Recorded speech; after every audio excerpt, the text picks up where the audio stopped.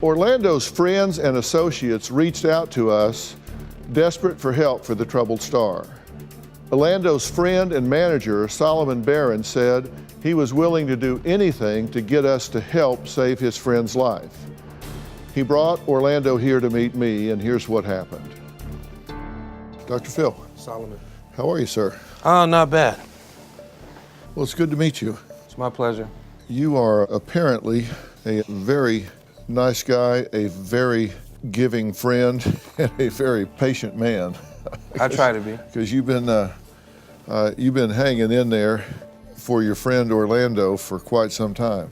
Right. So tell me why we're here and tell me what you're up against here. Well, I called in because Orlando is, I don't want to diagnose him because I'm not professional, but he's obviously delusional.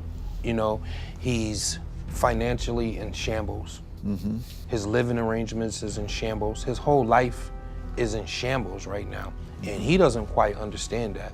I took him in maybe about 8 months ago, and he has a drinking problem. He smokes a lot of weed. I mean, he has a really, really high tolerance for anything and everything, and you know, it's gotten out of control.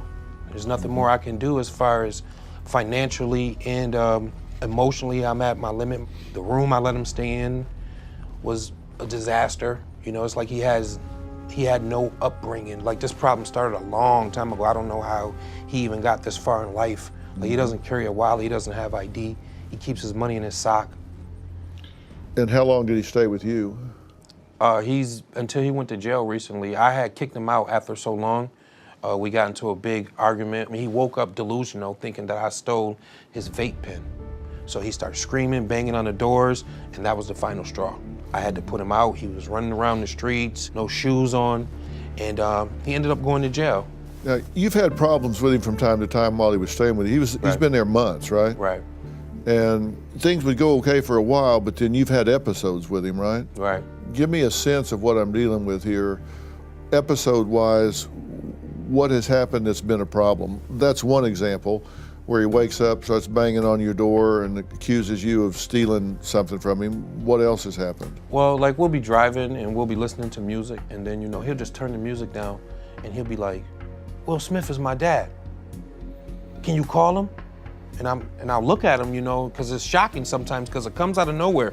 We'll be fine, and then out of nowhere he'll say, "I'm Prince Jackson. Michael Jackson's my father. I own Neverland." Sometimes you don't know if he's playing or if you don't know where he's serious. He know we're coming to see Dr. Phil, but he keeps saying, "Dr. Phil? Oh no, that's Steve Harvey. He looked like Steve Harvey." But then he'll go back to being fine? Right. Has he been violent with you at all? No. Has he stolen anything? No. After his career with so many different people and trying to reach out to everyone, his mom, none of the co-stars that he's had in the years, nobody wants anything to do with him. So I accepted the challenge of being his manager, not totally understanding everything, being that, you know, it's my first rodeo. So no one at all wants to deal with him. And then I figured out why. He has a mental problem that he is not addressing. So I said, if you can't get him to recognize his problems, he does not have a chance in life at a comeback, anything. It doesn't look good for him.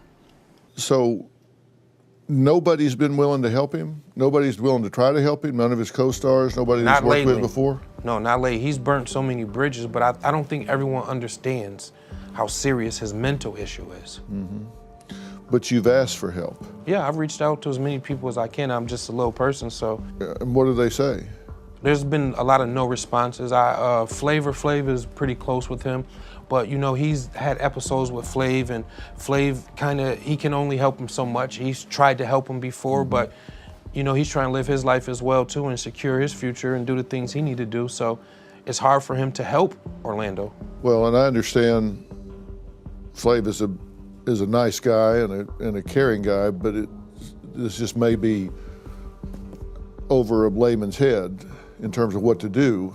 And you've asked other people, nobody's willing to help. I mean, I'm just trying to find out what the situation is, because if I talk to him, I want to know what resources I have in terms of support and who I could look to in terms of people that would, you know, be there for him, support him, encourage him, that sort of thing. And it seems like everybody's turned their back on him.